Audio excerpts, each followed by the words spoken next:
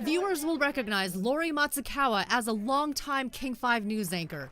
Today, she's adding another accomplishment. Congratulations. As the recipient of one of Japan's highest honors, the Order of the Rising Sun, Gold and Silver Rays. It's really a terrific honor. Lori recalls getting an email from the Japanese government that notified her about the award and was later asked how old she was. I said, why do you need to know my age? And they said, well, Matsukawa-san, it is based on age. If you're a young person, you cannot get this award.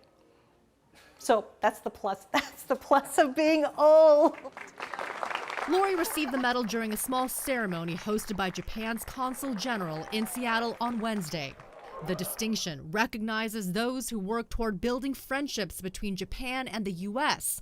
Japan's ambassador to the U.S. was there to help present the award. This is in recognition her contribution to wide understanding of Japan and Japanese American here in the United States. So this is a true honor and a thrill for me, because for the last several years I've been really working hard to connect people in Japan and people in the United States on a person-to-person basis. An endeavor that Lori has strived for in her work with the Japanese Cultural and Community Center of Washington. Tsunami swept through this area. And her work as a journalist took her to Japan twice after major earthquakes in Kobe and Fukushima. The contaminated soil. Lori remembering her travels to Japan. Earthquakes, tsunamis, and they taught me what people in the Seattle area can do to prepare for a disaster of our own. With a stroke of a pen. More recently, Lori's Emmy Award-winning series Prisoners in Their Own Land delved into the Japanese internment experience in America,